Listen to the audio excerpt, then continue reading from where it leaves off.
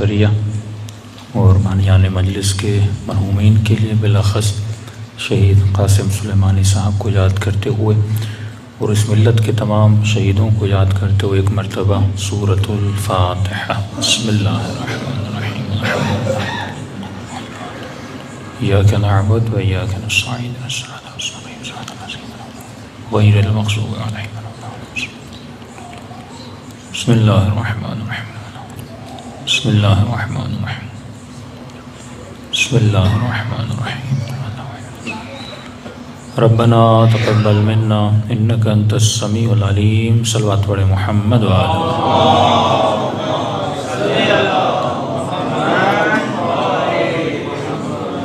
بسم اللہ الرحمن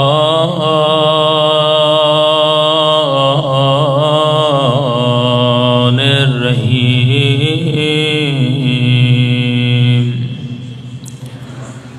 الحمد للہ رب العالمین۔ الحمد للہ کما هو اہلہ۔ الصلاۃ والسلام علی سید المرسلین وخاتم النبیین ابی القاسم محمد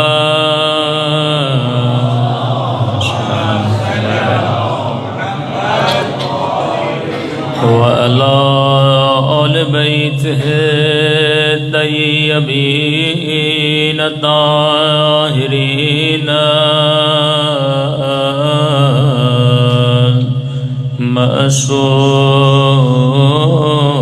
معصومین۔ سب مل کے دعا سرکار امام زمانہ۔ اللہم کل ولیک حجت بن الحسن صلواتک علیہ وعلی آبائہ فی ہذہ الساعة وفی کل ساعة ولیاً وحافظاً وقائداً وناصراً ودلیلاً وعینا حتی تسکنہ أرضك طوعا وتمتعه فيها طويلا برحمتك يا أرحم الراحمين۔ صلوات پڑھیں محمد۔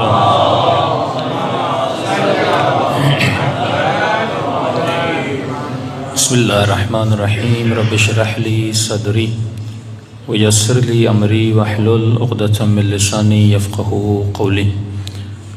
اما بعد فقد قال سبحانہ وتعالی فی محکم کتابہ المجید وفرقانہ الحمید وقولہ الحق وهو اصدق الصادقین۔ بسم اللہ الرحمن الرحیم۔ من قتل نفسا بغیر نفس او فساد فی الارض فکأنما قتل الناس جميعا۔ صلوات پڑھیں محمد و آل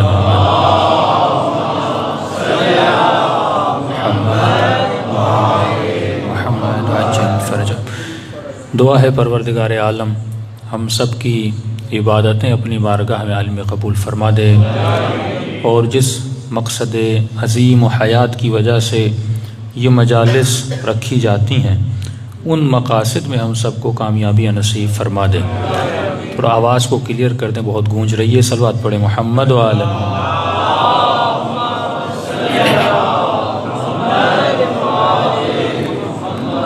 وعجل فرجکم۔ انسان مجالس میں آتا ہے، یہ آنا باعث ثواب بھی ہے اور انسان کی آخرت کا وسیلہ بھی ہے، لیکن یہ سوچنا ضروری ہے کہ میں مجلس میں آتا کیوں ہوں اور مجلس کروائی کیوں جاتی ہے۔ اگر صرف مجلس رسم رہی تو ہم بھی رسمی شیعہ رہیں گے، لیکن اگر یہ مجلس ہمارے لیے کچھ چھوڑ کے جاتی ہے زندگی میں، تو امام سجاد کے جملے کہ ہم ہر مجلس میں جاتے ہیں لیکن ہر مجلس سے راضی نہیں ہوتے ہیں۔ کہ مولا کس مجلس سے راضی ہوتے ہیں؟ فرمایا جس میں مومن آئے، جب رات کو گھر جائے اور بستر پر سر رکھ کے سونے لگے تو یہ سوچے کہ اس گفتگو سے مجھے ملا کیا، میرے وجود میں تبدیلی آئی کہ نہیں آئی۔ ایک ہی فرق ہے انسان اور حیوان میں۔ معصوم فرماتے ہیں جسم میں تمہاری کوئی افضلیت نہیں ہے حیوان پر، نہ کھانے میں، نہ پینے میں، نہ سونے میں، نہ شادی کرنے میں، نہ اولاد پیدا کرنے میں۔ یہ تمام تر صفات مشترک ہیں، حیوان میں بھی انسان میں بھی۔ کھاتا تو بھی ہے، کھاتا وہ بھی ہے، یہ الگ فرق ہے۔ تجھے کچھ اور چیزیں پسند ہیں، اسے کچھ اور چیزیں پسند ہیں۔ سوتا تو بھی ہے، سوتا وہ بھی ہے۔ ازدواجی تعلق تو بھی قائم کرتا ہے، ازدواجی تعلق وہ بھی قائم کرتا ہے۔ تیرے بھی بچے پیدا ہوتے ہیں، اس کے بھی بچے پیدا ہوتے ہیں، وہ بھی اسی زمین پہ رہتے ہیں، تو بھی اسی زمین پہ رہتا ہے، وہ بھی اسی زمین کا پانی پیتے ہیں، تو بھی اسی زمین کا پانی پیتا ہے۔ تو ایک چیز ہے جو تجھے حیوانیت کے سرکل سے نکال کر انسانیت کے دائرے میں لاتی ہے۔ یہ جسم نہیں ہے جو تجھے حیوان سے جدا کرتا ہے۔ جسم و جسمانیت میں کوئی برتری نہیں ہے، کوئی افضلیت نہیں ہے۔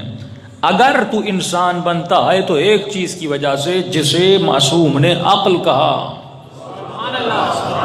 اس فکر کی وجہ سے تو انسان بنتا ہے، اس سوچ کی وجہ سے تو انسان بنتا ہے، اس عقل و شعور کی وجہ سے تو انسان بنتا ہے۔ تب خدا کہتا ہے کہ میں احسن الخالقین ہوں۔ اس خلقت سے مراد یہ جسم نہیں ہے، اس خلقت سے مراد یہ عقل ہے، اس خلقت سے مراد یہ روح ہے، اس خلقت سے مراد یہ قلب ہے۔ وہ قلب جس میں خود خدا رہتا ہے، وہ قلب جس میں اہل بیت کی محبت رہتی ہے، وہ قلب جس میں سیدہ کی محبت رہتی ہے۔ اب سوال یہ ہے جس قلب کو اس نے بنایا اپنے لیے، کیا تو نے اپنے دل کو اس کے لیے رکھا کہ نہیں رکھا؟ تمہارا دل کا آئینہ کس کی طرف ہے؟ اسی لیے انہی انسانوں کے لیے پروردگار عالم کہتا ہے اولئک کالانعام بل ہم اضل۔ فرمایا یہ تو خود کو انسان سمجھتے ہیں، لیکن میں کہوں گا یہ حیوان ہے، بلکہ حیوان سے بدتر ہے، کیونکہ میں نے ایک طاقت اور ایک پاور ان کو دیا تھا، اس پاور کو انہوں نے استعمال نہیں کیا تھا۔ یعنی آپ کو ایک صلاحیت دی جائے اور آپ اپنی صلاحیت کو تباہ و برباد کر دیں، فرمایا اس سے بڑا اللہ کا ناشکرہ بندہ ہو نہیں سکتا۔ تو افضلیت انسان کس پر ہے؟ اس کے عقل پر ہے، اس کی سوچ پر ہے، اس کے شعور پر ہے۔ اور شیطان کرتا کیا ہے؟ لَأَغْوِيَنَّهُمْ اجمعین الا عبادک منہم المخلصین۔ اے خدا میں ان کی عقلوں پہ پردے ڈالوں گا، میں ان کی عقلوں میں جمود فکری پیدا کروں گا۔ یعنی شیطان اس عقل کو منجمد کر دیتا ہے۔ سوال یہ ہے یہ منجمد کرتا ہے تو کیسے کرتا ہے؟ قرآن کی آواز آتی ہے یوسوس فی صدور الناس من الجنۃ والناس۔ یہ وسوسوں کے ذریعے سے تجھے علی کے در سے دور کر دیتا ہے، یہ وسوسوں کے ذریعے سے تجھے خدا کے در سے دور کر دیتا ہے۔ دیکھیے یہ قلب ہے کیا؟ معصوم فرماتے ہیں آج کی اگر زندہ مثال دوں تو قلب کا تصور کیجئے، قلب ایک سم کارڈ کی طرح ہے۔ کس کی طرح ہے؟ سم کارڈ کی طرح ہے۔ وہ سم کارڈ ہے جو ہر سگنل کو لیتا ہے، مختلف سگنلز آتے ہیں، یہ سم کارڈ لیتا ہے۔ فرمائے ابتدائی فکر جو تمہارے ذہن میں آتی ہے یہ تمہارے اختیار میں نہیں ہے۔ کون سی تصویر اس ذہن میں آنی ہے، کون سی فکر اس ذہن میں آنی ہے، کون سی سوچ اس ذہن میں آنی ہے، یہ تمہارے اختیار میں نہیں ہے۔ ہاں لیکن یہ تمہارے اختیار میں ہے جو فکر اور جو تصویر آ رہی ہے اسے لینا ہے یا نہیں لینا۔ ہاں دو سگنل آپ کے ذہن میں آتے ہیں، ایک شیطانی سگنل آتا ہے ایک رحمانی سگنل آتا ہے، ایک سگنل وہ ہے جسے شیطان بھیجتا ہے، آپ کے ذہن میں آتا ہے، جسے خواطر کہتے ہیں، جسے افکار کہتے ہیں، کہ آپ نے کہا بھائی آپ وہاں پر کیوں گئے، تو آپ نے کہا اچانک میرے دل میں یہ بات آئی۔ یہ بات کہاں سے آئی؟ یہ بات کس نے بھیجی؟ اچانک دل میں آیا کہ مولا کی مجلس میں جاؤں۔ یہ بات ڈالنے والا کون ہے؟ تبھی معصوم فرماتے ہم مومن کے گھر گھر جاتے ہیں اسے دعوت دینے۔ یہ گھر ظاہری گھر نہیں ہے، یہ دل کا گھر ہے، جہاں پہ دعوت آتی ہے۔ اللہم صلی علی محمد، کہ ملتا ہے کربلا وہی جاتا ہے جسے وہ بلاتے ہیں، جسے توفیق، لفظ توفیق ہم استعمال کر، جسے توفیق ملے۔ یہ توفیق کیا ہے؟ یہ وہ سگنل ہے جو آپ کے دل میں آتا ہے، جو آپ کے خطور میں آتا ہے، جو آپ کی فکر میں آتا ہے۔ اب اختیار بندہ ہے کہ بندہ اس کو ایکسیپٹ کرتا ہے یا نہیں کرتا۔ مثال کے طور پہ کوئی آفر آتی ہے، اب آپ کی مرضی اس کو ایکسیپٹ کریں یا ریجیکٹ کریں، اسے الو کریں یا اسے نکال دیں۔ بالکل اسی طرح ہے، فرمایا ایک فکر وہ ہے، ایک سگنل وہ ہے جو شیطان تمہاری طرف بھیجتا ہے، دوسرا سگنل ہے جو رحمان یا اللہ کے فرشتے بھیجتے ہیں۔ جو سگنل شیطان بھیجتا ہے اسے وسوسہ کہا جاتا ہے، جو سگنل خدا بھیجتا ہے اسے الہام کہا جاتا ہے۔ اللہ بندوں پر اپنا الہام نازل کرتا ہے۔ فَأَلْهَمَهَا فُجُورُهَا وَتَقْوَاهَا، دو چیزیں تمہارے ذہن میں آتی ہیں، ایک پیغام الہی آتا ہے، ایک پیغام شیطانی آتا ہے، یعنی دو فکریں تمہارے وجود میں پنپ رہی ہیں۔ ایک فکر حسینی ہے، ایک فکر یزیدی۔ اختیار تمہارا کام ہے۔ اب دو چیزیں آپ کے سامنے آئیں، اب مومن کس کو سلیکٹ کرتا ہے، کس کو سلیکٹ نہیں کرتا۔ اب اس کے وجود میں مختلف احساسات ہیں، کبھی یہ سلیکٹ کرتا ہے شہوت کی وجہ سے، کبھی یہ سلیکٹ کرتا ہے مال کی محبت کی وجہ سے، کبھی اس چیز کو اختیار کرتا ہے یا اس کو چھوڑتا ہے ڈر کی وجہ سے۔ مثال کے طور پہ آیا کہ بھائی آج ریلی ہے، چلیں امریکہ کے خلاف نعرے بازی کریں، اور ایک مومن تھا، اس کو امریکہ بھی جانا ہے، امریکہ کی ویزا بھی لگوانی ہے، وہاں اسٹوڈنٹ ویزا بھی لینا ہے۔ اب اس کے ذہن میں فکر الہی تو آیا کہ مثلی لا یبایع مثل یزید، حسینی وہ ہے جو ہر زمانے میں یزید کی بیعت نہیں کرتا، حسینی وہ ہے جو علم بغاوت کو بلند کرتا ہے۔ کس کے خلاف؟ اس زمانے کے طاغوت کے خلاف علم فکر تو ذہن میں آئی۔ ناممکن ہے کسی کے ذہن میں فکر نہ آئی ہو، کسی مظلوم کے خلاف آواز، کسی ظالم کے خلاف آواز نہیں اٹھانی یا کسی مظلوم کا ساتھ دینا۔ فکر، یہ سگنل اللہ دیتا ہے، ناممکن ہے کہ خدا نہ دے۔ جب اذان کی آواز آتی ہے، بدترین گنہگار انسان بھی ہو اس کے ذہن میں بھی سگنل آتا ہے مسجد جاؤں، لیکن وہ اختیار کرتا نہیں ہے۔ کوئی ایک چیز ہے جو اسے روکتی ہے، یہ جو آپ کے حواس خمسہ یہ روکتے ہیں۔ کبھی ڈر روکتا ہے، بھائی مجھے امریکہ کی ویزا لینی ہے، تو کہتا ہے میں کیسے جاؤں؟ ہمارے ایک مولانا میں کیسے جاؤں، میں نے پاسپورٹ سبمٹ کیا ہوا ہے، اگر جاؤں گا پکچر مل جائے گی، ویزا ریجیکٹ ہو جائے گا۔ یعنی ڈر نے کیا کر لیا؟ روک لیا، اس سگنل کو اس نے ریجیکٹ کر دیا، اور شیطان کے سگنل کو اس نے کیا کر دیا؟ ایکسیپٹ کر دیا۔ اب معصوم کا فرمان ہے، فرمایا دو طرح کے خیالات تمہارے وجود میں آتے ہیں، ایک وہ خیال جو بہت زود گزر ہے، یعنی آتا ہے اور فوراً چلا جاتا ہے، ایک وہ خیال ہے جو دیر تک تمہارے دل میں گھر بنا لیتا ہے، جو جلدی چلا جاتا ہے اس کی تو پرواہ نہیں ہے، آیا اور گیا، آپ کے وجود پہ اس نے کوئی اثر نہیں ڈالا۔ مثال کے طور پہ روڈ سے گزر رہے ہیں، کسی نامحرم خاتون گزری، شکل کی اچھی تھی، فوراً ذہن میں شیطان نے سگنل دیا اسے دیکھو، سگنل آیا اور آپ نے منع کر دیا اور آپ وہاں سے گزر گئے۔ زود گزر خیال۔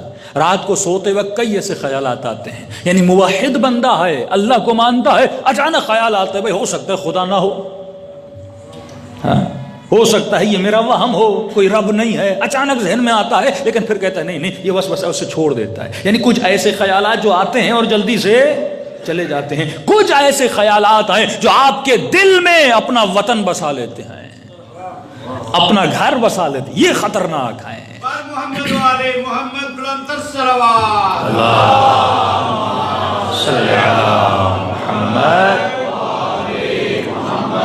آج عوالم دنیا اسی تذبذب کا شکار ہیں۔ آج سوال یہ نہیں کہ کون شیعہ ہے کون شیعہ نہیں، ایک وہ ہے جو گھر کے چار دیواری میں علی علی کرتا ہے، ایک وہ ہے جو میدان جنگ میں علی کا علم بلند کرتا ہے۔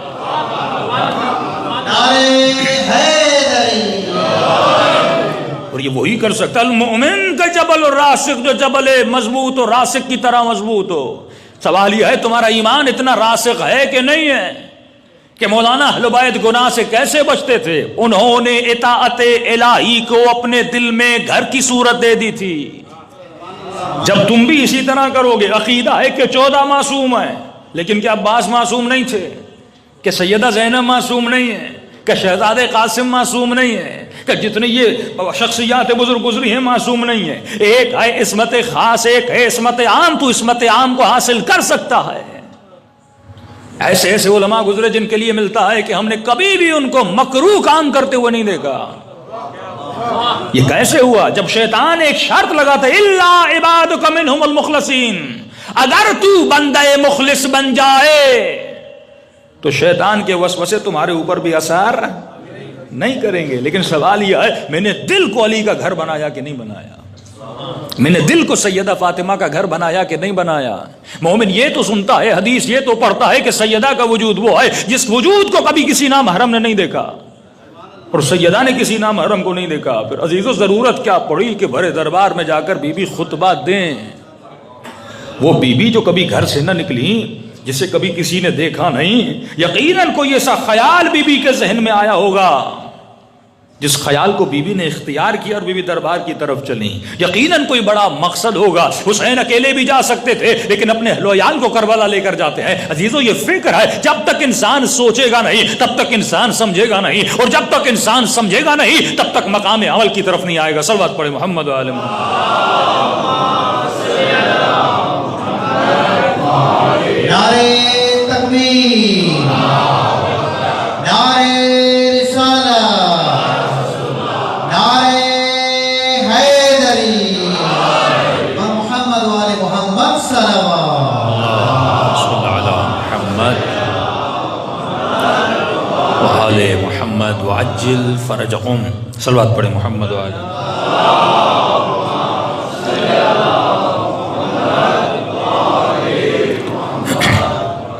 تو ایک وہ خیال جو آتا ہے اور جلدی چلا جاتا ہے، ایک وہ خیال جو آپ کے دل میں گھر بنا لیتا ہے۔ دونوں سگنلز آتے ہیں۔ یہ انسان کا کام ہے کس چیز کو ایکسیپٹ کرتا ہے اور کس چیز کو نہیں کرتا۔ مثال کے طور پر بیٹی کا رشتہ کرنا ہے، دو خیال ذہن میں آتے ہیں، کس کو دوں، اس کو دوں یا اس کو دوں۔ لیکن مبنا اور بنیاد سلیکشن کی کیا ہے؟ میں کیا سوچ کے سلیکٹ کرتا ہوں؟ چند چیزیں میرے فیصلے کے بیچ میں آتی ہیں۔ کبھی شہوت بیچ میں آتی ہے، کبھی حب مال بیچ میں آتا ہے، کبھی حب ریاست بیچ میں آتی ہے، کبھی شہرت پسندی بیچ میں آتی ہے۔ مولوی کے پاس آفر آتی ہے بھائی مجلس پڑھنی ہے، ہاں، یہ کس فکر کے نتیجے میں کون سی مجلس لیتا ہے اور کون سی مجلس نہیں لیتا؟ ذاکر صاحب کو دعوت ملتی ہے آپ کو فلاں جگہ پہ اشرا پڑھنا ہے، فلاں پہ پڑھنا ہے۔ اب یہ دیکھنا ہے کہ جب فیصلہ کرتا ہے اس کے فیصلے میں وہ عباد الصالحین اور خلوص خدا ہے کہ نہیں ہے۔ یہ اپنے فیصلے میں آئینہ علی کو بناتا ہے یا شیطان کو بناتا ہے؟ آئینہ رحمان کو بناتا ہے یا شیطان کو بناتا ہے؟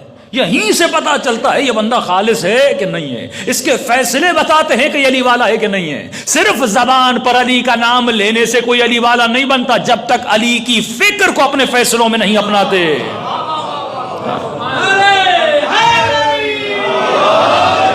یہی تو فرق ہے جس کو سمجھنا ہے۔ ارے خوارج قرآن پڑھتے تھے، ماتھوں پر سجدوں کے نشان تھے، لیکن علی کے راستے پہ نہیں تھے۔ وجہ کیا تھی؟ وجہ یہی تھی کہ انہوں نے فیصلوں کو سمجھا نہیں، اپنی فکر کو انہوں نے پاک نہیں کیا۔ اب آسان سی مثال دو، چند واقعات کی طرف جاؤں۔ فرمایا ایک وہ فکر ہے جیسے آپ کے ذہن میں خیال آیا، کوئی برا خیال آیا، رشوت کی آفر ہوئی، دو سگنل آئے، نہ لو یہ حرام ہے، ایک سگنل ہے لو زندگی بن جائے گی، دنیا بن جائے گی، گھر بن جائے گا۔ آپ نے پہلی مرتبہ اس فکر کو لیا اور ایکسیپٹ کیا۔ اب اس رشوت نے آپ کے دل میں کیا بنا دیا؟ گھر بنا دیا۔ اس کا نقصان کیا ہے؟ پہلی مرتبہ جب فکر آتی ہے وہ جلدی چلی جاتی ہے، جب آپ نے اس پر عمل کیا اب یہ گھر بنا لیتی ہے۔ جب اس نے گھر بنا لیا اب دوسری مرتبہ جب رشوت کی آفر ہوگی آپ بغیر سوچے اسے ایکسیپٹ کر لیں گے۔ اس کا اثر یہ ہے کہ وہ آپ کے گھر میں ایک بت بن جائے گا۔ اس کا علم آپ کے گھر میں لگ جائے گا. صرف علم عباس کو اپنے گھروں کی چھت پہ نہ لگاؤ، اپنے دل کی زمین پر بھی لگاؤ. محمد والے محمد بلند تر صلوات. اللہم صلی علی محمد. شیطان کا اس سے سروکار ہے ہی نہیں کہ گھر پہ علم لگا رہا ہے کہ نہیں لگا رہا. وہ یہی دیکھتا ہے اس کے دل میں کس کا علم ہے. آج کل تو زمینوں پہ قبضے کرنے کے لیے بھی تو علم لگتے ہیں نا. تو یہ فکر عباس کی ہے یا شیطان کی ہے؟ یہ تو شیطان کی فکر ہے نا کہ ہم ایک پوزیٹو چیز کو ایک نیگیٹو مقصد کے لیے کیا کر رہے ہیں؟ استعمال کر رہے ہیں. یہی شیطان کا حربہ ہے. فرمائے بالکل اسی طرح جب مومن کوئی اچھا کام کرتا ہے، نماز پڑھتا ہے، خیرات کرتا ہے، رات کے اندھیرے میں کسی غریب کی مدد کرتا ہے، کسی بیمار کے علاج کے لیے کچھ مدد کر دیتا ہے، اب جب اس نے اس پہ عمل کیا یہ بھی اس کے دل میں گھر بن جاتا ہے. اب یہ سوچتا نہیں ہے جب کوئی غریب اس سے خیرات مانگتا ہے کہ پیسے دوں گا تو فقیر بن جاؤں گا. مولا علی گھر میں داخل ہوتے ہیں. آقا زادی سیدہ فاطمۃ الزہرا سلام اللہ علیہا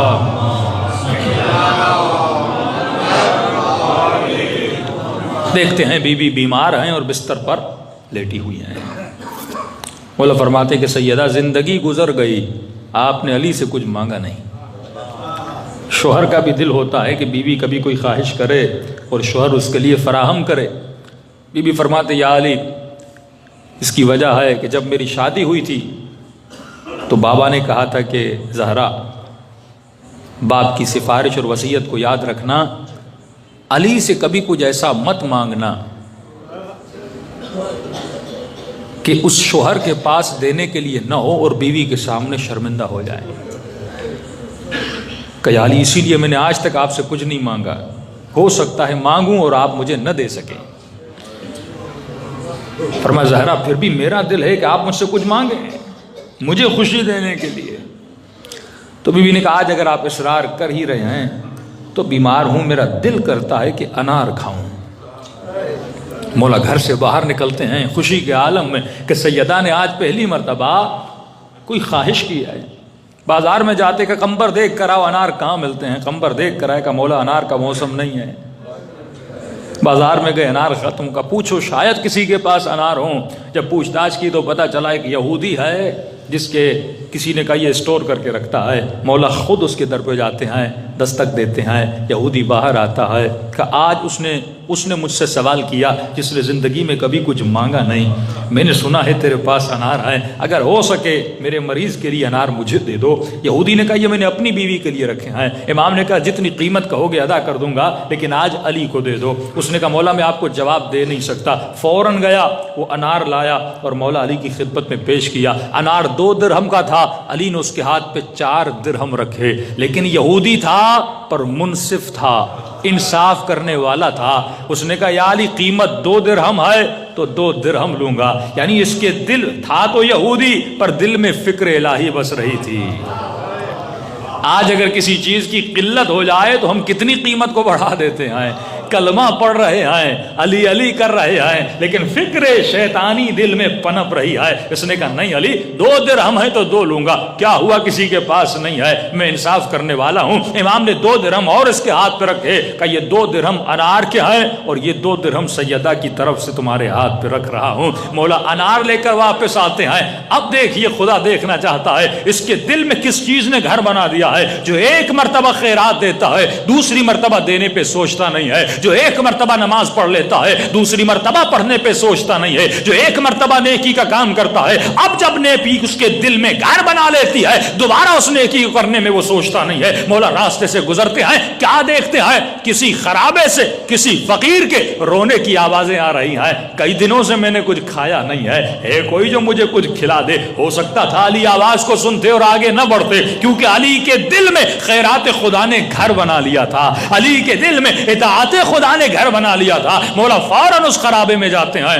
اور فقیر آنکھوں سے نابینا ہے، دیکھ نہیں رہا. امام فرماتے بتاؤ تیرے لیے کیا لاؤں؟ کھانا لاؤں، کھجوریں لاؤں اور روٹی لاؤں؟ کیا دل ہے تیرا آج کھانے کا؟ عجیب امتحان علی ہے. فقیر دیکھ نہیں رہا، آنکھوں سے نابینا ہے. کہتا یا علی دل کر رہا ہے کہ انار کھاؤں.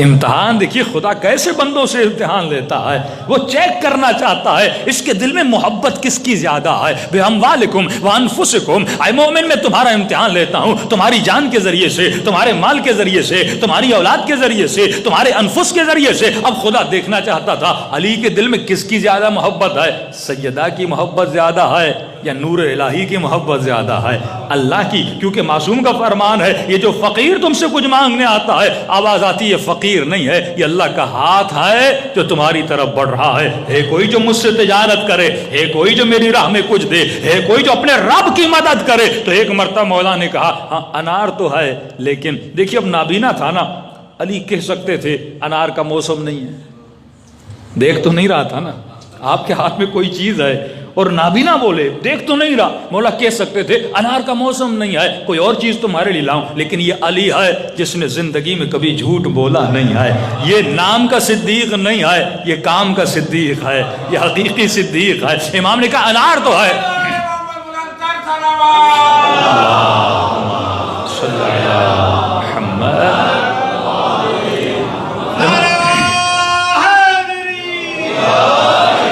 امام نے فرمایا کہ انار تو ہے لیکن ایک مسئلہ ہے، میرا بھی ایک مریض ہے جس نے انار کی خواہش کی ہے، تو نے بھی انار کی خواہش کی ہے، تو ایک کام کرتے ہیں انار کے دو حصے کرتے ہیں، آدھا تجھے دیتا ہوں آدھا اپنے مریض کے لیے لے جاتا ہوں۔ اس نے کہا ٹھیک ہے۔ امام نے انار کو کھولا، اپنے ہاتھوں سے دانہ دانہ کیا اور اپنے ہی ہاتھوں سے فقیر کے منہ میں دانہ دانہ دیا، فقیر نے کھایا۔ امام نے کہا اب رخصت ہے میں جا سکتا ہوں؟ کہ علی ایک عرض کرنا چاہتا ہوں۔ کہ کون سا؟ کہ ہو سکتا ہے وہ دوسرا آدھا بھی مجھے دے دیجئے۔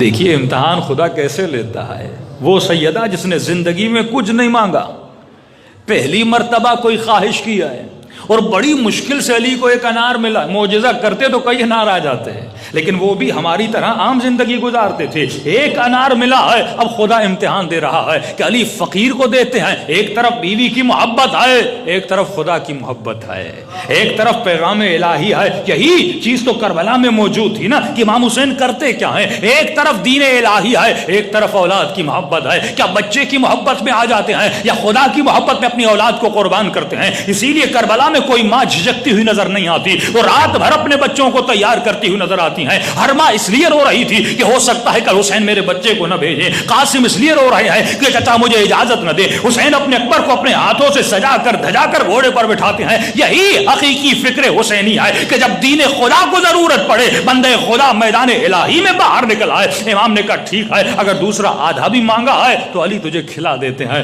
مولا نے وہ آدھا بھی کھلا دیا۔ وَمَن يَتَوَكَّلْ عَلَى اللَّهِ فَهُوَ حَسْبُهُ، جو اللہ پہ توکل کرتا ہے پھر اس کا حساب، پھر اس کا کام کس کے ہاتھ میں ہے؟ اللہ کے ہاتھ میں ہے۔ یجعل لہ مخرجا، پھر خدا ایک ایسے ذریعے سے اس کا راستہ بنا دیتا ہے جہاں سے اس نے سوچا بھی نہیں تھا، اس کے وہم و گمان میں بھی نہیں تھا کہ اللہ کہاں کہاں سے انسان کی مدد کرتا ہے۔ اب پورے راستے علی یہ سوچ رہے ہیں۔ سیدہ پوچھیں گی علی انار لائے کہ نہیں لائے؟ اور کیا کہوں گا، انار ملا تو تھا لیکن میں نے کسے دے دیا؟ فقیر کو کھلا دیا۔ اب دیکھیے عام عورت ہوتی تو شوہر سے لڑتی، کہتی فقیر سے مجھ سے زیادہ پیار تھا، بیوی بیمار پڑی ہوئی ہے اور تمہیں راستے والوں کی فکر ہے، تمہیں باہر والوں کی فکر ہے۔ لیکن علی کو بھی پتا تھا یہ خاتون کوئی عام خاتون نہیں ہے، یہ سیدۃ النساء العالمین ہے۔ اللہ صلی علی محمد۔ فکر ملتی تھی، دیکھیے نا جب میاں بیوی کی فکر ملتی ہے تو وہ گھر نورانی بنتا ہے۔ جب یہ فکری تفاوت یا فکری اسپیس جب پیدا ہو جاتا ہے کہ شوہر کی معرفت یہاں پر ہو، بیوی کی یہاں پر ہو، یا بیوی اوپر ہو اور شوہر نیچے ہو، اسی گھر میں انبن ہوتی ہے، اسی گھر کے بچے صحیح تربیت نہیں پاتے۔ اس لیے معصوم فرماتے جب شادی کرو یہ دیکھا کرو فکری لیول کتنا ہے کہ کل کوئی مصیبت آئے بیوی اس مصیبت میں تمہارا ساتھ دے۔ یہ چیز آپ کو کربلا میں نظر آتی ہے۔ اگر بچے اور عورتیں امام حسین کو پریشان کرتی ہیں کہ کیوں آئے ہو میدان میں، یہ کوفی لا یوفی ہیں، یہ وفا نہیں کرتے کہ آپ نے دیکھا نہیں آپ کے باپ کے ساتھ وفا نہیں کی، حسین آپ نے دیکھا نہیں آپ کے بھائی کے ساتھ وفا، پھر بھی آپ جا رہے ہیں۔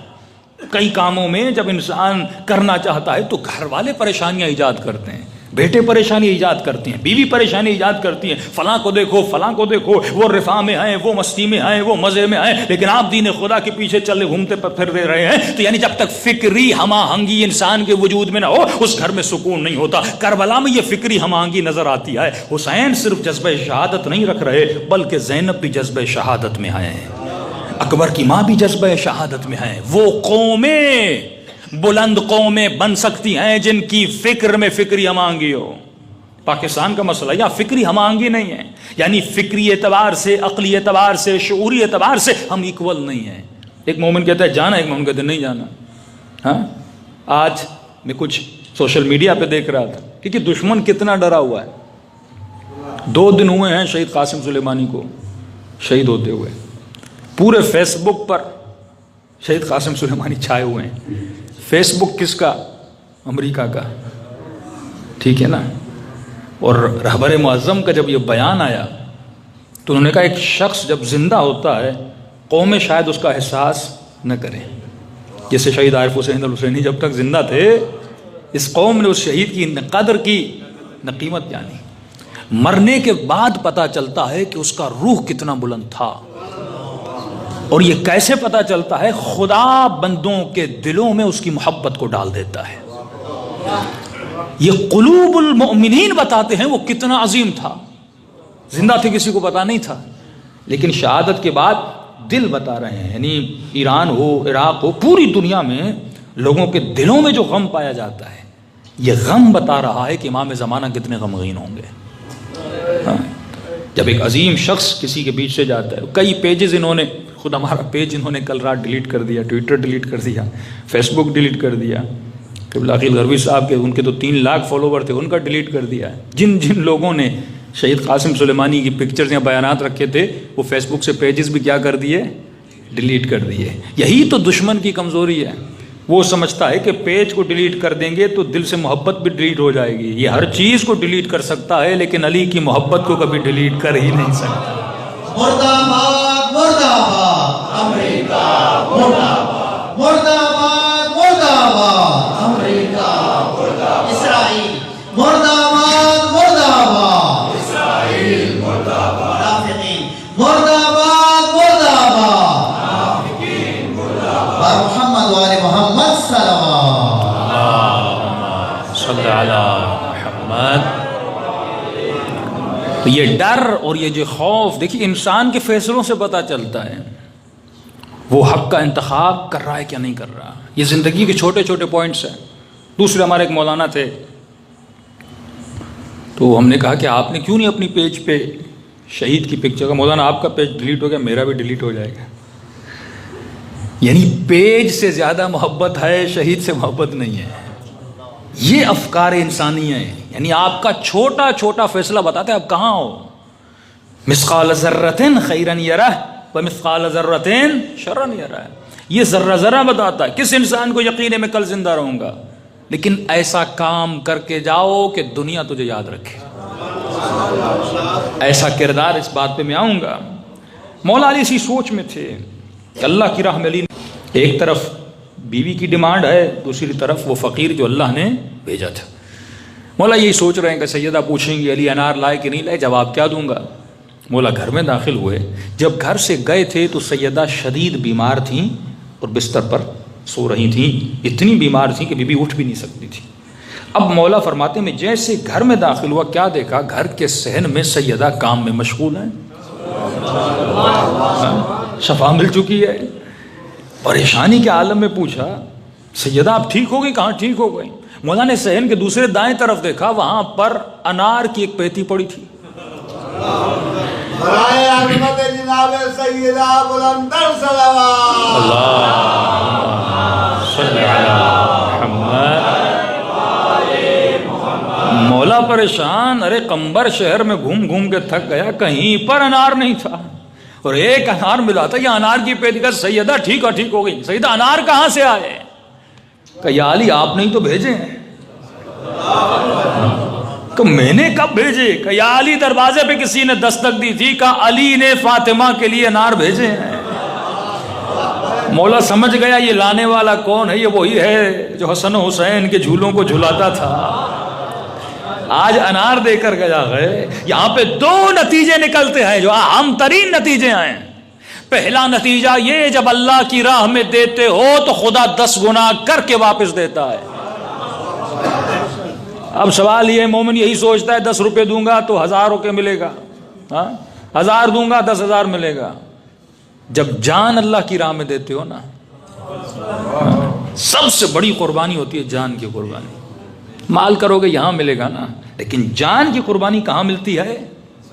اس کا نتیجہ آخرت میں ملتا ہے. اور دنیا میں جان کی قربانی سے کیا ملتا ہے؟ عزت ملتی ہے. من احیاھا فکأنما احیا الناس جمیعا کی آواز ملتی ہے. یہ سب سے بڑی قربانی تھی. تو پہلا نتیجہ یہ ہے جب اللہ کی راہ میں دیتے ہو تو خدا 10 گنا کر کے واپس دیتا ہے. لیکن اس سے بھی اہم نتیجہ جو نکلتا ہے وہ یہ ہے, اگر وہ انار جو مولا نے یہودی سے لیا تھا وہ انار گھر لاتے سیدہ کھاتی, کیا پتا اس سے شفا ملتی یا نہ ملتی. اس انار میں شفا نہیں تھی جو مولا نے یہودی سے لیا تھا. لیکن جب وہ انار اللہ کی راہ میں دیا, اس کے بدلے میں جو 10 انار آئے, اس انار سے جب سیدہ نے کھایا تو سیدہ کو شفا مل گئی. یہ بہت اہم نتیجہ ہے. یعنی میرے ہاتھ میں 100 روپیہ ہے, فقیر نے خیرات کے لیے کہا اگر اس 100 سے میں سبزی خرید کے گھر جاتا ہوں میرے بچے کھائیں گے, اس میں کوئی شفا نہیں ہے. لیکن اگر یہی 100 میں کسی فقیر کو دیتا ہوں, اس کے نتیجے میں جو خدا 1000 کر کے مجھے ریٹرن کرے گا, اس 1000 سے جو خریدوں گا میری اولاد کھائے گی, اس میں خدا شفا رکھ لیتا ہے. اور محمد والے محمد صلوات اللہم صلی علی محمد. یہ آثار باطنی, آثار روحانی کے. صدقہ دو, کیا مطلب صدقہ دو؟ بیماری ٹل جاتی ہے. صدقے سے بیماری کیسے ٹلتی؟ جب تو ایک چیز دیتا ہے پھر فوراً کل جا کے کوئی اور چیز لیتا ہے, خدا اس پیسے میں کیا ڈالتا ہے؟ شفا ڈالتا ہے. اب وہ دوسرے جب صدقہ دینے کے بعد اب اس پیسے سے گوشت خریدو گے, سبزی خریدو گے, اولاد کھائے گی, کیا ملے گی؟ شفا ملے گی. جب اللہ کی راہ میں خیرات دیتے ہو, جب انسان خمس کا پابند ہوتا ہے, طاعت الہی کا پابند ہوتا ہے, اس گھر میں کبھی بیماری نہیں آتی. اپنی مراجے کی عمریں دیکھیں. آیت اللہ بہجت 92 ایئرس, آغا خمینی 88 ایئرس, آیت اللہ بہلول 102 ایئرس. ہمارے بوڑھے جیسے بوڑھے ہوتے ہیں تو ان کی مشین ویک ہوتی جاتی ہے. جسمانی مشین تو ہر کسی کی ویک ہوتی ہے, اصل ہوتی ہے دماغی مشین, وہ دن بدن پیچھے جاتی ہے. آپ مراجے دیکھیں, جیسے جیسے بوڑھے ہوتے ہیں عقل اتنی بڑھتی جاتی ہے. 80 سال میں وہ 2 گھنٹے کے لیکچرز دیتے ہیں. اتنا حافظہ, اتنی عقل کہاں آتی ہے؟ کیونکہ جب انسان سیرت علی اور سیرت سیدہ پر اور سیرت اہل بیت پر عمل کرتا ہے پھر اس کی زندگی دنیا میں بھی پر نور بن جاتی ہے, آخرت میں پر نور بن جاتی ہے. صلوات پڑھے محمد علیہ.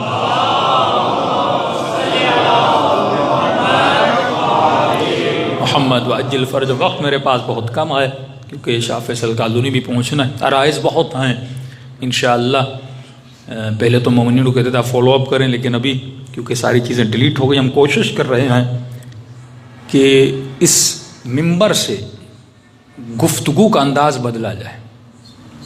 جب تک ہم اس روایتی انداز میں جئیں گے قوم بنے گی نہیں. جب تک ہم دیکھیے نا, مولا علی کی حکومت کہاں ہونی ہے؟ اس فکر میں. ہم کہتے ہیں کسی کو بندے کو حسینی بناؤ. حسینی کیسے بنے گا بھائی؟ امام بارگاہ ہے, امام بارگاہ کس کی جگہ؟ امام کی جگہ. امام بارگاہ کو امام بارگاہ بنانے کے لیے آپ کیا کرتے ہیں؟ ایک ظاہری زینت ہوتی ہے. ایک زمین آپ نے خریدی, اب سمپل سا ایک ہال ہے, اس کو امام بارگاہ بنانا ہے, فوراً آپ کالے کپڑے لگا دیں گے, اوپر علم لگا دیں گے, 4 امام حسین کے نام لگا دیں گے. دور سے دیکھنے والا کیا سمجھے گا؟ امام بارگاہ ہے. یہ ہے ظاہری زینت. ایک ہے باطن کی زینت, ٹھیک ہے, وہ ہے انسان میں ہوتی ہے.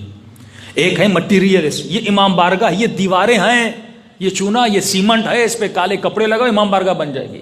اسی طرح ایک آپ کا جسم ہے مادی مٹیریل, اسی امام بارگاہ کی طرح. یہ چلتا پھرتا مٹیریل ہے, یہ جمع ہوا مٹیریل ہے. اس مٹیریل پہ کالا امامہ لگا دیا, ابا قبا پہن لی, کالا لباس پہن لیا, چند نشانیاں ہیں جو شیعہ نے کچھ دھاگے پہن لیے, کچھ کر دیا, باہر سے پتہ چلے گا یہ کون ہے, اس کا پتہ چلتا امام بارگاہ ہے. یعنی اس بلڈنگ کا کپڑے چڑھانے سے پتہ چلتا امام بارگاہ ہے, اس بلڈنگ کا بھی کپڑے چڑھانے سے پتہ چلتا ہے یہ کون ہے, شیعہ ہے, عزادار ہے. لیکن سوال یہ, اگر یہ کپڑے نہ ہوں تو کیسے پتہ چلے یہ شیعہ ہے؟ یہ تو دوسروں کی پہچان کے لیے ہے نا کہ میں شیعہ ہوں، دوسروں کو دکھانے کے لیے ہے نا کہ امام بارگاہ ہے، یہاں پہ حسین کا ذکر ہوتا ہے، لیکن تجھے کیسے پتا چلے کہ تو شیعہ ہے؟ جب تک تمہارے وجود اور قلب میں حسین بس نہ جائیں۔ آج سوال ہے کون تھے حسین؟ ہو از حسین؟ حسین ہے کون؟ کون ہے علی ابن ابی طالب؟ کون ہے سیدہ جن کی مجلس میں آپ آئے ہیں؟ کون تھے علی اکبر؟ کون ہے شہید قاسمی؟ یہ کون ہے؟ اگر میں پوچھوں کہ کون ہے عارف کاظمی، یا جتنا مجمع یا بیٹا آپ ہیں کون، تو آپ ہیں اپنی معلومات کا وجود، آپ وہی ہیں جو آپ نے اپنے دماغ میں جمع کیا، اس کے علاوہ آپ کچھ بھی نہیں ہیں۔ آپ وہی سوچتے ہیں جو آپ کے ذہن میں ہے، آپ نے جو کچھ دنیا سے لیا۔ اچھا ہم لیتے کیسے ہیں؟ جسے ہم حواس خمسہ کہتے ہیں، قوے لامسہ، قوے شامہ، قوے سماعت، قوے بصارت۔ آپ جو دیکھتے ہیں وہ دماغ میں جاتا ہے، سیو ہوتا جاتا ہے۔ مجھے دیکھ رہے ہیں، میری پکچر آپ کے دماغ میں جا رہی ہے۔ مجھے سن رہے ہیں، قوے سامعہ سے میری باتیں آپ کے ذہن میں جا رہی ہیں۔ آنکھوں سے جو کتاب ریڈ کریں گے وہ ساری معلومات دماغ میں جا رہی ہیں۔ ہاتھ قوے لامسہ سے جس چیز کو ٹچ کریں گے پتہ چلے گا یہ نرم ہے یا گرم ہے یا ٹھنڈی ہے، یہ قوے لامسہ پتہ چلے گا آگ گرم ہے، لمس کر کے پتہ چلا، ٹھیک ہے نا۔ قوے شامہ سونگھ کے پتہ چلے گا کس چیز میں خوشبو ہے، کس چیز میں بدبو ہے۔ یعنی 5 حواس خمسہ سے آپ نے آج تک جتنی معلومات لیں وہ ہیں آپ، اسی معلومات کے ذریعے سے آپ سوچتے ہیں، یعنی اس کے باہر آپ جا ہی نہیں سکتے۔ آپ کے ذہن میں جتنی معلومات ہے اسی معلومات میں آپ فیصلے لیتے ہیں۔ اگر معلومات غلط ہے تو فیصلے غلط، اگر معلومات صحیح ہے تو فیصلے صحیح قائم ہو جائیں گے۔ تو اسی لیے معصوم فرماتے ہیں اپنی معلومات کو بڑھا۔ آج مسئلہ شیعوں میں یہ نہیں کہ فلاں شیعہ ولائی ہے، فلاں شیعہ غیر ولائی ہے، فلاں مقصر ہے، فلاں غالی ہے، وہ وہی ہے جو اس نے اپنے ذہن میں ڈالا ہے۔ جو کچرا تو جمع کرتا ہے، کچرے سے کچرا نکلتا ہے، نور سے نور نکلتا ہے، ظلمت سے ظلمت نکلتی ہے۔ تو آج مومن کو یہ سوچنا چاہیے میں نے جمع کیا کیا، میں نے آج تک اپنے ذہن میں کون سا ڈیٹا ڈالا۔ یہ ذہن اسی موبائل کی طرح، جو ڈالتے ہو تم وہی ہو، جو دیکھتے ہو تم وہی ہو، جو سوچتے ہو تم وہی ہو، اس کے علاوہ تم کچھ بھی نہیں ہو۔ اب سوال یہ ایک مومن کہتا ہے مجھے حسینی بننا ہے، تو یہ سوچ حسین کے ذہن میں کیا تھا؟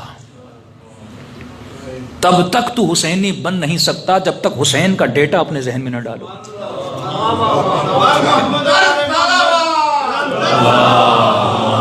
صلی اللہ محمد۔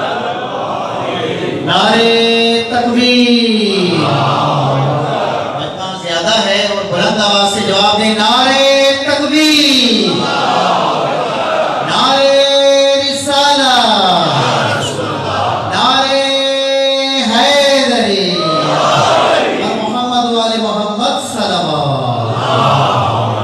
صلی اللہ محمد۔ یہ بالکل اسی طرح، یہ ہاتھ ہے، اس کی شکل الگ ہے، اس کا رنگ الگ ہے، لیکن اگر اس ہاتھ کو میں آگ کے قریب لے جاؤں گا یہ آگ کا اثر لینا شروع کرے گا۔ پہلا اثر کہ یہ گرم ہو جائے گا، اگر دور کروں گا پھر کیا ہو جائے گا؟ ٹھنڈا ہو جائے گا۔ لیکن اور میں اس کو آگ کے قریب کروں یہ گرم بھی ہوگا اور آگ کی طرح جلنے بھی لگے گا۔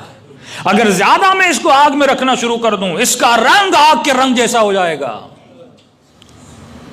اسی لیے فرماتے کون ہے جو اہل بیت کے رنگ میں رنگ جائے؟ من صبغۃ اللہ، کون ہے جو اللہ کے رنگ میں رنگ جائے؟ تو جو اپنے وجود کو وجود اہل بیت میں بدلنا ہے، ان کے رنگ میں رنگ لینا ہے۔ اور کیسے ہوگا؟ جب اہل بیت کے قریب ہو جاؤ گے نا، بالکل اسی لوہے کی طرح جب آگ میں جاتا ہے تو پتہ نہیں چلتا یہ لوہا ہے یا آگ ہے، لیکن جب جدا ہوتا ہے تو پتہ چلتا ہے لوہا لوہا تھا، آگ آگ تھی۔ جب تو کربلائی بنے گا تجھ میں نظر مثلی لا یبایع مثل یزید کا مطلب کیا ہے؟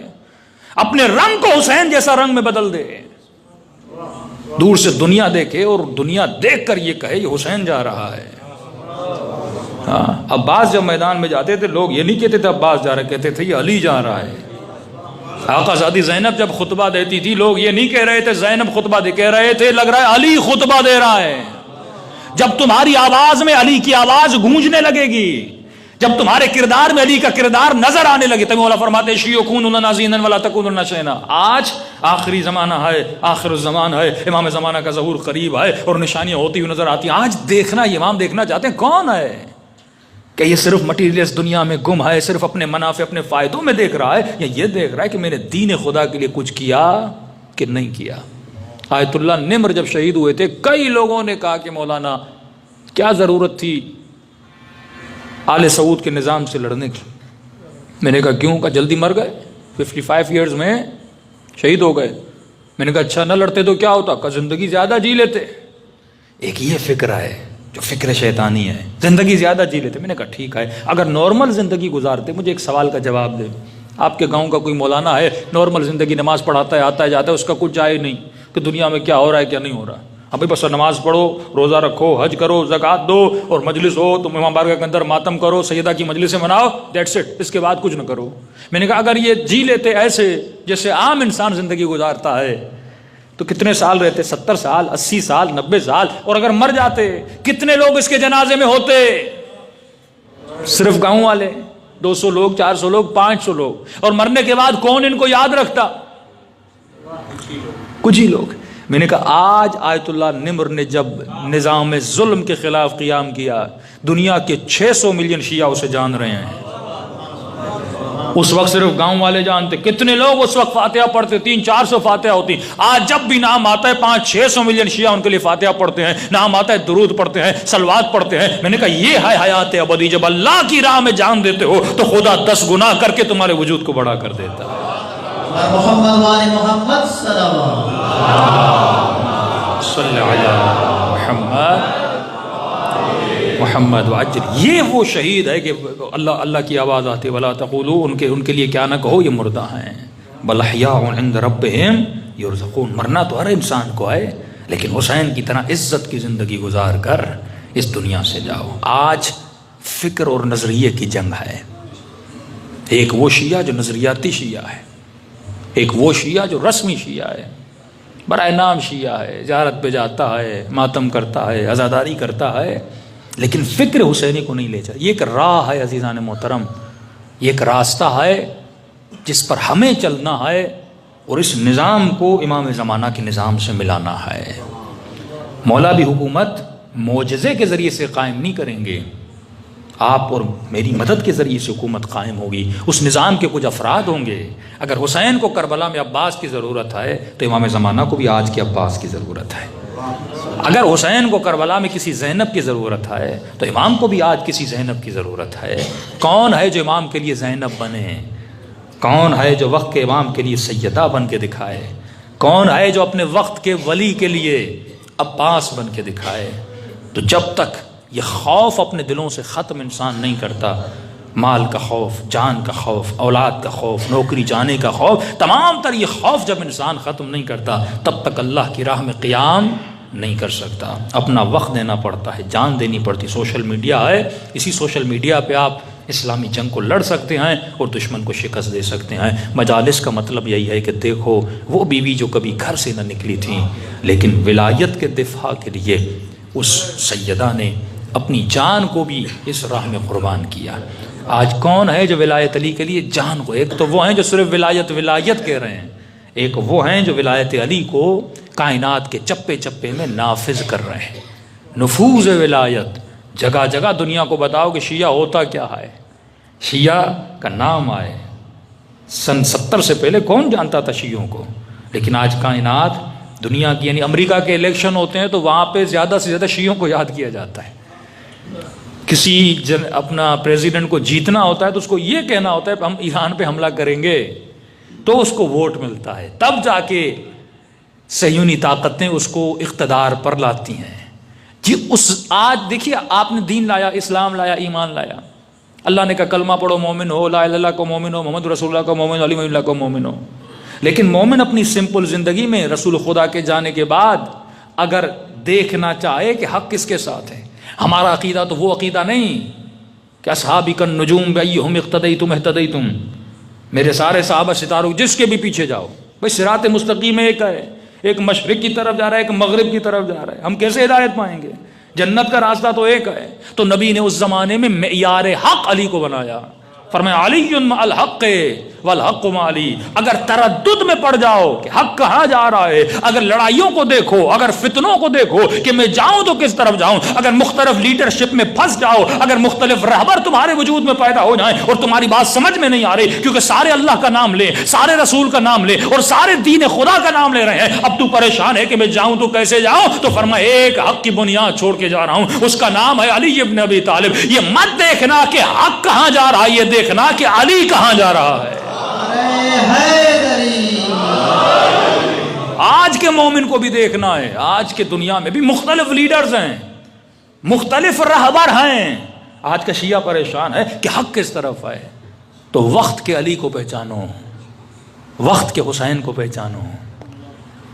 وہ کون ہیں جنہوں نے سیدہ زینب کے روزے کو بچایا؟ ان داعشیوں نے جو کرکوک میں جو یزیدی قبیلے کے ساتھ اور جو کردوں کے ساتھ کیا، وہ ساری چیزیں نیٹ پہ موجود ہیں. عزتوں کو پامال کیا.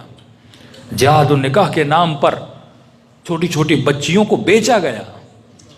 ہاں 400 کے قریب صرف موصل کی یونیورسٹی میں جوانوں کے گردنیں کاٹی گئیں. کس نے بچایا؟ میں ہمیشہ ایک سوال کرتا ہوں، 8 شوال کو جب جنت البقیع کو ڈھایا گیا تھا، کیا اس زمانے میں مراجع نہیں تھے، مجتہدین نہیں تھے؟ پھر کیوں کسی نے اس روزے کو نہیں بچایا؟ کیا آل سعود اقتدار میں آنے کے بعد انہوں نے امام حسین کے روزے کو بھی گرایا اور مولا علی کے روزے پر بھی حملہ کیا؟ اس وقت کیا مراجع تھے کہ نہیں تھے؟ تھے. کیوں نہیں بچا پائے؟ اتنے حملے ہوئے، قبور کو گرایا گیا، لیکن اس زمانے کے مراجع نہیں بچا سکے. بھائی آج ایسا کیا ہوا کہ یہ سیدہ زینب کے روزے تک پہنچ بھی نہیں پائے؟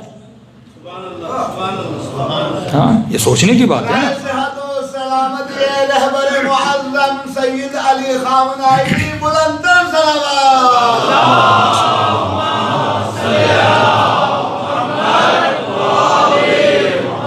یہ مقام فکر ہے. مراجع اس وقت بھی تھے، دفاتر مراجع اس وقت بھی تھے، سب کچھ تھا، شیعوں کا سسٹم چل رہا تھا، لیکن کوئی بچا نہیں سکا. آج کیا ہوا کہ ساری دنیا، اس وقت آل سعود کمزور تھے بنسبت، آج مضبوط ہیں. آج اردن ساتھ تھا، تمام تر، یہاں تک ترکی بھی ان چیزوں میں ان کے ساتھ تھا، امریکہ ان کے ساتھ تھا، ایسے ایسے میزائل اور ایسے ایسے ٹیکنالوجی والی چیزیں ان کے ساتھ تھیں. داعش، جبہت النصرہ، اتنے لوگوں کو پاورفل کر کے پھر بھی نہیں پہنچ سکے. حالانکہ اس زمانے میں اتنا پاور نہیں تھا، لیکن پھر بھی روزے ہمارے گرائے، جنت البقیع کو گرایا. آج ایسا کیا ہوا؟ ایک فرق تھا، اس زمانے میں مراجع تو تھے پر ان کی حکومت نہیں تھی. یہ ولایت فقیہ کی طاقت ہے. آپ شیعوں کی کائنات میں حکومت ہے. ایک دنیا میں حکومت دکھائیے، ایسی اسلامی حکومت جو نظام کفر اور جبر اور طاغوت کے سامنے کھڑی ہو جائے. آج اسرائیل کا دشمن کا نام آتا ہے تو پہلے سر فہرست شیعہ آتے ہیں. امریکہ کے دشمن کا نام آتا ہے، سر فہرست شیعہ آتے ہیں. آج کا یہود سنیوں سے نہیں ڈرتا، شیعوں سے ڈرتا ہے. آج کا امریکہ سنیوں سے نہیں ڈرتا، شیعوں سے ڈرتا ہے. یہ طاقت، یعنی کل کا دشمن بھی علی سے ڈرتا تھا، آج کا دشمن بھی علی سے ڈرتا ہے. یہ طاقت، یہ عزت، یعنی آج شیعہ عزت سے سر اٹھا سکتے ہیں کہ ہم ہیں جو امریکہ کے مقابلے میں آئے، ہم ہیں جو طاغوتی طاقت ہے. آج کا سنی کا سر جھکا ہوا ہے شرم سے، کیونکہ ان کے جتنے حکمران ہیں انہوں نے ان کی وفا کا قسم کھایا ہوا ہے، وہ ان کا استقبال کرتے ہیں. آپ کے ملک کے حکمران پیسوں کی خاطر کبھی کسی کا ڈرائیور بن جاتے ہیں، اپنے فیصلوں کے پیچھے ہٹ جاتے ہیں. یہ فکری غلامی ہے، یہ ایمان کی کمزوری ہے کہ میرا پیسہ کٹ جائے گا، میرا مال کٹ جائے گا. حسین نے اسی فکر کو وہاں پہ متعین کر دیا، جو مال اور جان کے خوف سے ہٹ جائے وہ حسینی ہے ہی نہیں.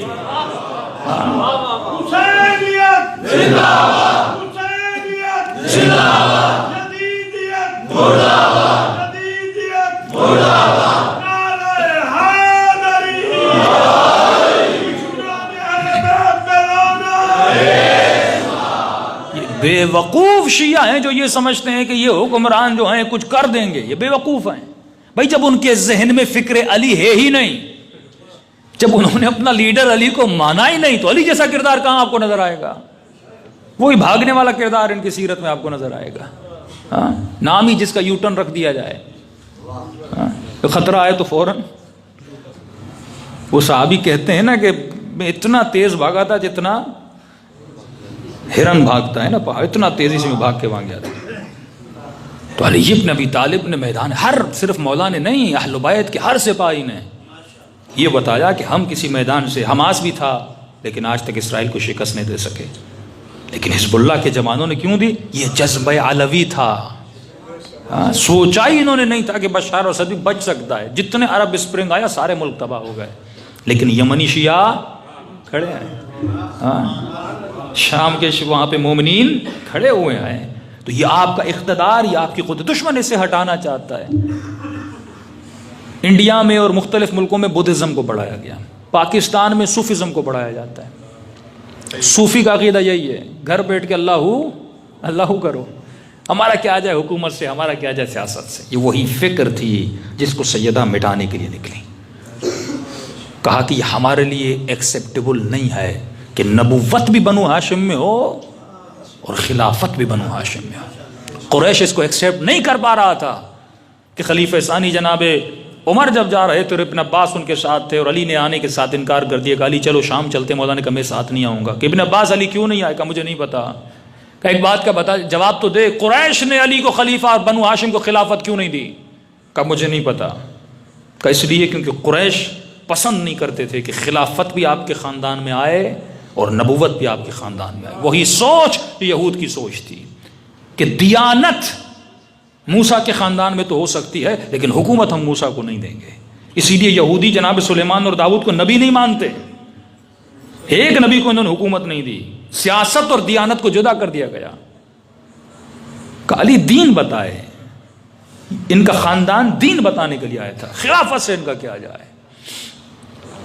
تو اس وقت ابن عباس نے قرآن کی آیت پڑھی کہ اللہ یہ نہیں دیکھتا قریش کو کیا پسند ہے، اللہ یہ نہیں دیکھتا لوگوں کو، تمہیں یہ دیکھنا ہے کہ خدا کو کیا پسند ہے.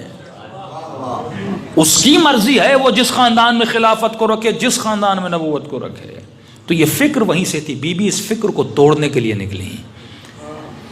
عورت ہو کے میدان عمل میں آنا، یعنی جب دین کی بات آئے، جب تمہاری عزت تمہارے وقار کی بات آئے تو زینبی کردار لے کے تمہیں نکلنا ہے. حالات کبھی بھی خراب ہو سکتے ہیں، اور یہ فکر ابھی سے پاکستان میں بنائی جا رہی ہے. وہ ایرانی تھے، وہ فلاں تھے، وہ فلاں تھے. جب لفظ شیعہ آتا ہے تو کوئی عرب اور عجم نہیں ہوتا، سب علی والے ہوتے ہیں. لفظ دین 40 پہ جاتے ہو، کوئی پاکستانی اور غیر پاکستانی ہوتا ہے کیا؟ سب کی زبان میں ایک لفظ ہوتا ہے نا، حسین. ہاں سب حسین ہی ہوتے ہیں نا وہاں پہ نہ رنگ ہوتا ہے نہ نسل ہوتا ہے. ایک چیز 40 میں آپ کو جمع کرتے اور وہ ہے نام حسین ابن علی، اور وہ ہے کربلا. تو جب شیعہ کی بات آتی ہے تو انسان کو سوچنا چاہیے میں کہاں پہ کھڑا ہوں. اور یہی پروپیگنڈا کرنے والے شیعہ جب ہمیں زمانہ آئیں گے نا، یہی کہیں گے کہ مولا آپ کے ساتھ فلاں خراسانی ہے، آپ کے ساتھ فلاں یمانی ہے، تو ہم اسی لیے آپ کے پاس نہیں آئے تھے. یہ لشکر امام سے پیچھے رہ جائیں گے. آج مومن کو دیکھنا ہے کہ حق کس طرف جا رہا ہے، باطل کس طرف جا رہا ہے. معصوم سے پوچھا کہ مولا ہمیں پتہ کیسے چلے پہچان حق و باطل کا؟ دیکھو باطل سے لڑ کون رہا ہے. سمپل سی بات ہے، دیکھو باطل سے لڑ کون رہا ہے. ایک بھی سنی مسلمان بتائیے جو کہے امریکہ حق ہے. ایک بھی بتائیے مجھے. نہیں کہیں گے امریکہ حق ہے. اچھا کیا ہے؟ کہ باطل ہے. اچھا اس باطل کے دہلیز پر سجدہ کس کس نے کیا ہے؟ سعودی عرب نے کیا. تمہارے تمام تر مسلمان کنٹریز کی بلیک واٹر حفاظت کر رہا ہے. ہاں یہاں تک کہ ہمارے ملک کے وزراء بھی وہاں جاتے ہیں سجدہ کرنے کے لیے. اس باطل کا ساتھ کس نے نہیں دیا؟ ایک ہی ہیں جن کو شیعہ کہا جاتا ہے. اس باطل سے کون لڑ رہا ہے؟ اسرائیل کا ساتھ کس کے ساتھ ہے؟ وہ عمان کا وزٹ بھی کرتا ہے، وہ سعودی سے بھی بات کرتا ہے. حق کو بات دیکھیے، باطل ایک مجسمہ ہے، حق ایک مجسمہ ہے. تمہیں دیکھنا ہے کون ان کا ساتھ دے رہا ہے، کون ان کا ساتھ نہیں دے رہا. اگر تو باطل کا ساتھ دے رہا ہے، کسی بھی پوائنٹ آف ویو سے ساتھ دے رہا ہے، تو معصوم فرماتے ہیں یہ لعنت جو زیارت عاشورہ میں 100 مرتبہ بھیجتے ہو، وہ لعنت صرف اس زمانے کے شہید کرنے والوں پر نہیں تھی. سمعت بذالک فرضیت بہ، جنہوں نے حق کے پیغام کو سنا لیکن حق کے پیغام پہ لبیک نہیں کہا. یہ مجلسیں فکر سازی کے لیے بھی ہیں اور روح کو بنانے کے لیے بھی ہیں. فرمائیے قیمت جو اللہ نے آپ کو دی. آج دنیا میڈیٹیشن کے پیچھے پاگل ہے. کوئی یوگا کر رہا ہے، کوئی کیا کر رہا ہے، پیسہ ہے، مال ہے، دولت ہے، اندر کا سکون نہیں ہے. یہ اس سکون کی تلاش میں ہے جو حسین کے چہرے پر نظر آتا تھا. سب کچھ لٹانے کے بعد لشکر یزید کہتا ہے سمجھ نہیں آتا حسین کے چہرے پہ ایسا اطمینان ملتا کیسے ہے. شمر کہتا ہے یزید مجھے سمجھ نہیں آتا، علی کی بیٹی خود کو سمجھتی، کہے گا کیوں؟ کہ مارا ہم نے ہے، بھائی اس کا مرا ہے، بیٹے اس کے مرے ہیں، لیکن مجھ سے بات ایسے کرتی ہے جیسے میں ہار گیا ہوں اور یہ جیت گئی ہے. اے ہماری درس کا حق سیدھا راستہ، حسینیت کی ابتدا، یزیدیت کی انتہا، اور محمد والے محمد صلوات.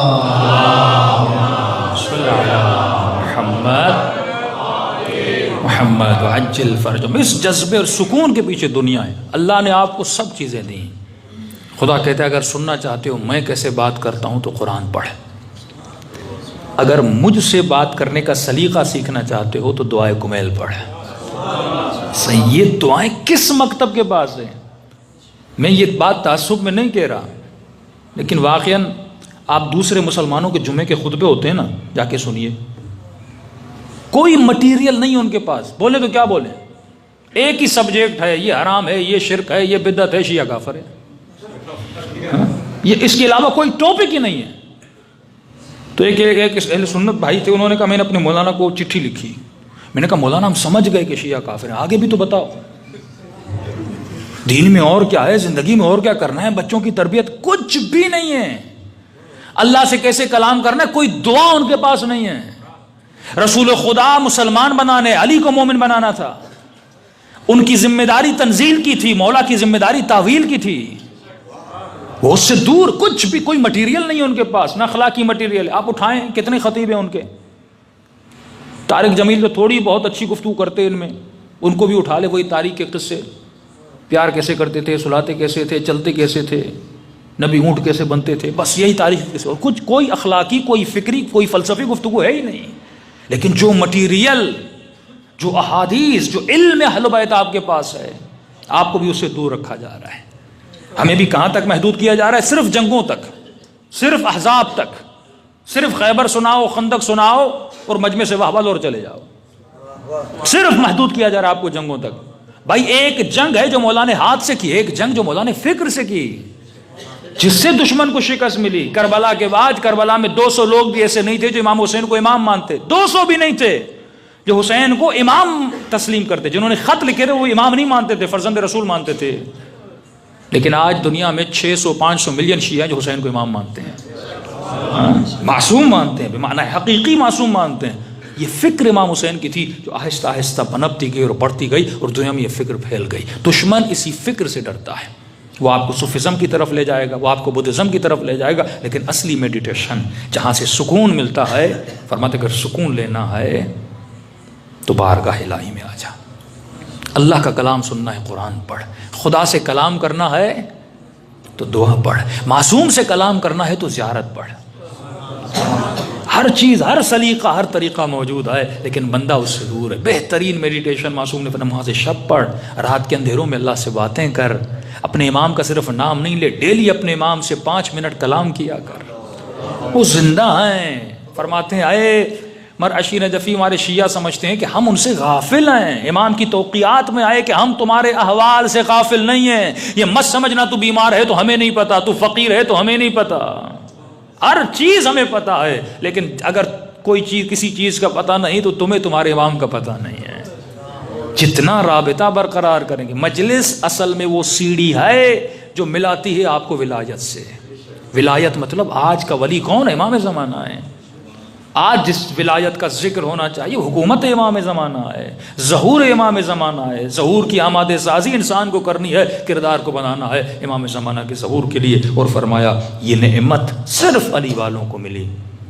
کہ وہ کون سی قوم آئے، ہنسانا تو آسان ہوتا ہے، رلانا بڑا مشکل ہوتا ہے. ہر گریے میں تکلیف ہے. کسی بھی گریے کو انسان پسند نہیں کرتا. کوئی انسان نہیں کہے گا میرا باپ مر جائے میں روں، میری بیٹی مر جائے میں روں. اس رونے میں تکلیف ملتی ہے، لیکن ایک گریہ ایسا ہے جو انسان بار بار رونا چاہتا ہے. ایک گریہ ایسا ہے جس گریے کے بعد سکون ملتا ہے. والد پہ رو، اس گریے میں سکون نہیں ہے، تکلیف ہے، لیکن ایک گریہ ایسا ہے جس کے رونے کے بعد تسکین ملتی ہے، جس کے رونے کے بعد پریشانیاں دور ہو جاتی ہیں، وہ گریہ حسین ابن علی کا گریہ ہے۔ یہ آنسوؤں کی قدر و قیمت جانی ہے۔ فرمایا مومن ایک آنسو پوری جہنم کی آگ کو بجھا دیتا ہے، لیکن سوال یہ ہے یہ آنسو ایسا ہو جیسا ہور کی آنکھ سے گرا تھا۔ آنسو کو موتی بنا، آنسو کو توبہ کے آنسو میں بدل لے کہ مولا 50 سال زندگی پتہ نہیں میں نے کیسی گزاری، لیکن اب زندگی ایسی گزاروں گا جیسے آپ کو پسند ہے۔ امام فرماتے ہیں جوان سے پوچھ، بوڑھے سے پوچھ، زندگی کیسے گزری، سب کہیں گے خواب کی طرح۔ اس زندگی کو ایک خواب بنا کے گزار مت دینا۔ فرمایا وہ زندگی جو خواب کی طرح گزر جائے، اس زندگی کے لیے اپنی آخرت کو تباہ و برباد نہ کرنا۔ ایسے جینا جیسے اہل بیت جیے، زندگی گزار کر گئے۔ دلوں کو جنت البقیع لے جائیں، کربلا لے جائیں، امام زمانہ کی طرف لے جائیں۔ مولا مصائب اہل بیت پر بھی روتے ہیں اور آج کے شہداء پر بھی روتے ہوں گے۔ ہر شہید کا لاشا سب سے پہلے امام زمانہ اٹھا رہے ہیں نا۔ یہ پرسے کس کی طرف جاتے ہیں؟ امام کی طرف جاتے ہیں۔ آج بھی میں نے سنا تقریباً 10 کے قریب ان لوگوں نے دوسرے مومنین کو شہید کیا عراق میں۔ یہ شہادتیں ہو رہی ہیں، آمادہ تھا سازی امام زمانہ کے ظہور کے لیے۔ دلوں کو آمادہ کریں، لے جائیں کربلا کی طرف، سیدہ کی طرف، اور سلام کریں ان شہداء کو، آقا حسین کو، کربلا والوں کو، سب مل کے السلام علی الحسین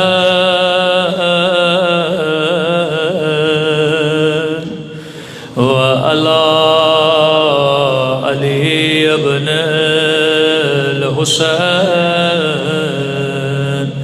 وعلی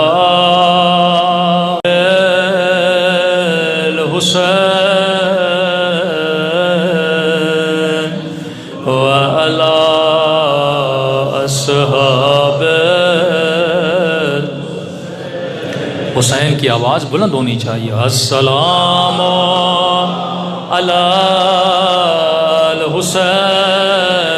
الحسین وعلی علی ابن الحسین وعلی اولاد وعلی اصحاب، سب مل کے السلام علی الحسین وعلی علی ابن وعلی اولاد الحسین وعلی اصحاب، میرا سلام ہو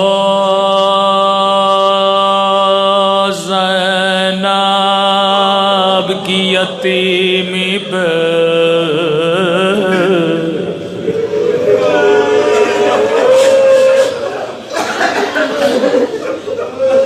میرا سلام ہو ٹوٹی ہوئی پسلیوں پہ،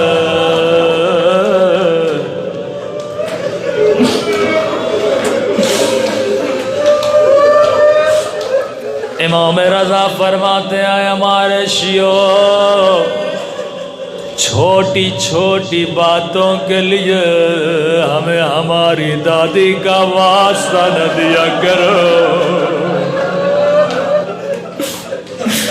ہمارے مصیبت برداشت کر سکتے ہیں لیکن پسلیوں کا ٹوٹنا بھول نہیں سکتے۔ آیت اللہ امینی سے پوچھا گیا قبلہ مردوں میں سب سے بڑا مظلوم کون ہے؟ رو کر کہنے لگی علی علی علی،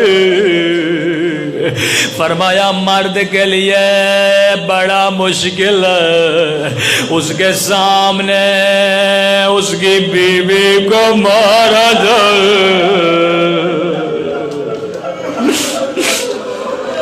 یا علی یہ شیعہ تیری غیرت پہ قربان. تاریخ میں دو ہی علی ایسے گزرے ہیں, ایک علی ابن ابی طالب, ایک علی زین العابدین میں قربان. میرے مولا گھر میں تشریف لاتے ہیں, سیدہ بیمار, بی بی نے اپنی زندگی میں اپنے زخم علی کو نہیں دکھایا. گھر میں آئے بی بی نے کہا علی میں نے سنا ہے یہ لوگ تجھے سلام نہیں کرتے. امام نے فرمایا سیدہ سلام کی بات کرتی ہے, ارے میں انہیں سلام کرتا ہوں یہ میرے سلام کا جواب بھی نہیں دیتے. خالی میں تیری مظلومیت پہ قربان. میری کچھ وصیتیں ہیں, وصیت کا نام سنت علی کا کلیجہ ہل گیا.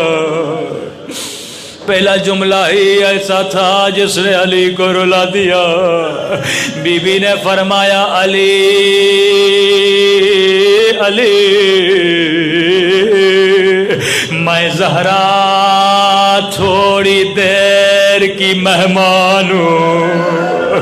علی اگر کوئی غلطی ہوئی ہو تو مجھے معاف کر دینا. عزادارو غلطی کا نام آنا تھا. علی کی آہ بلند ہوئے, فرمایا زہرا پر غلطی, ارے میں علی شرمندہ ہوں, آپ نے میرے گھر میں چکیا پیسے, آپ نے پھٹا ہوا لباس پہنا. او زہرا میں علی شرمندہ ہوں کہ میرے گھر میں آپ پہ آگ بھرا دروازہ گرایا گیا. او زہرا میں علی شرمندہ ہوں. اگلی وصیت نے علی کے دل کو پارا پارا کر دیا. بس آخری وصیت اور زحمت تمام.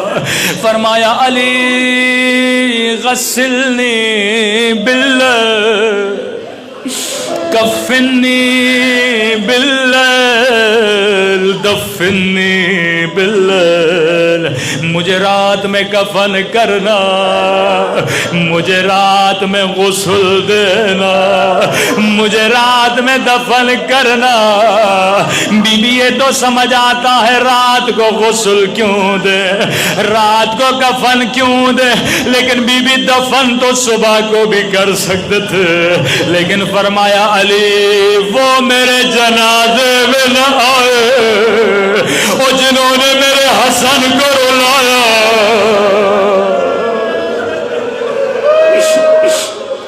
جنہوں نے مجھے بھرے دربار میں جھٹلایا.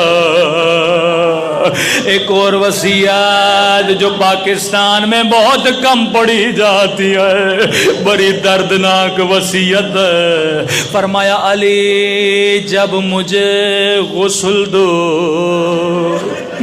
میرے بدن سے میری پیراہن کو نہ اتارنا. اللہ جانے بی بی کیا چھپانا چاہتی ہے. اسما فرماتی ہے علی غسل دے رہے تھے, اچانک علی کی آہ بلند ہوئی, اپنا سر دیوار پہ مارنے لگے. یا زہرا یا زہرا کہنے لگے بچوں کو کہا آہستہ رو، خود بلند بلند آواز میں کیوں رو رہے؟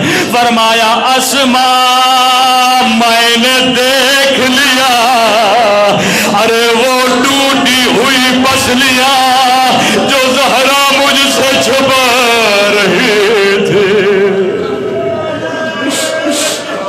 اللہ لعنت اللہ علی القوم الظالمین۔ پروردگارا بی بی کی ٹوٹی ہوئی پسلیوں کا واسطہ ہمارے مولا اور آقا امام زمانہ کا ظہور فرما دے، ہم سب کو مولا کے اعوان و انصار میں شریک فرما دے۔